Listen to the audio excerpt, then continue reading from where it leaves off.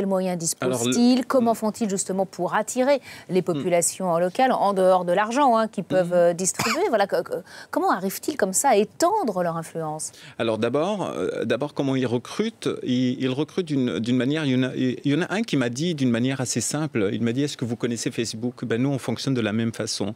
C'est-à-dire, on a un ami, et cet ami, on a confiance en lui. S'il a un ami, et si lui a confiance dans cet ami, il devient notre ami. Donc c'est comme ça, c'est petit à petit finalement d'abord qu'ils recrutent des gens, qu'ils arrivent à recruter des gens. Ça, on parle des cellules discrètes. Mais en Irak et en Syrie, ils recrutent simplement sur le territoire syrien de la même manière. Quand ils investissent un territoire, il y a des gens qui vont vers eux, il y a des gens qui les soutiennent. Mais par la terreur aussi, parce que les populations locales n'adhèrent pas forcément à leur discours. Et par la terreur. J'étais à Tel Abyad, une ville qui vient d'être libérée il y a quelques mois.